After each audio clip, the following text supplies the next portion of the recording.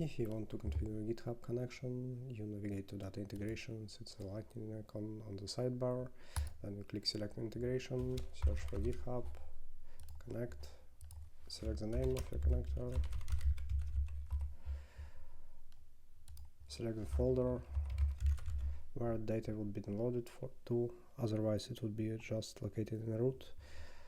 Then you need to fill out the fields, which is the owner of the repository, and the name of the repository,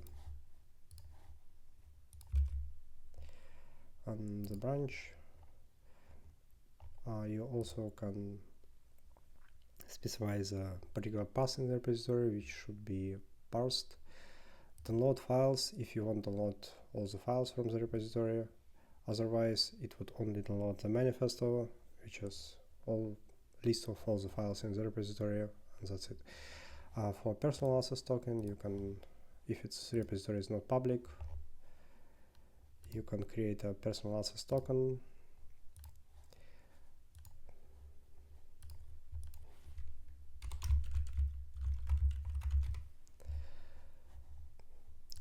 Note the expiration date. If you want to have consistent synchronization, then you should set no expiration or rotate as the token in your connector once it expires.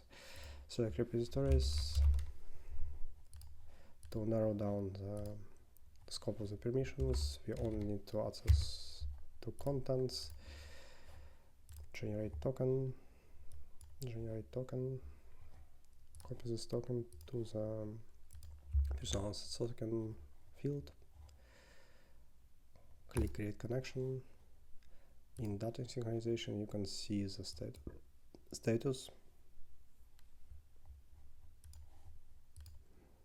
Once it's done, you can navigate to File Manager and see the repository data, the files that we have in our repository, and the data that we downloaded. And that's it for GitHub connector.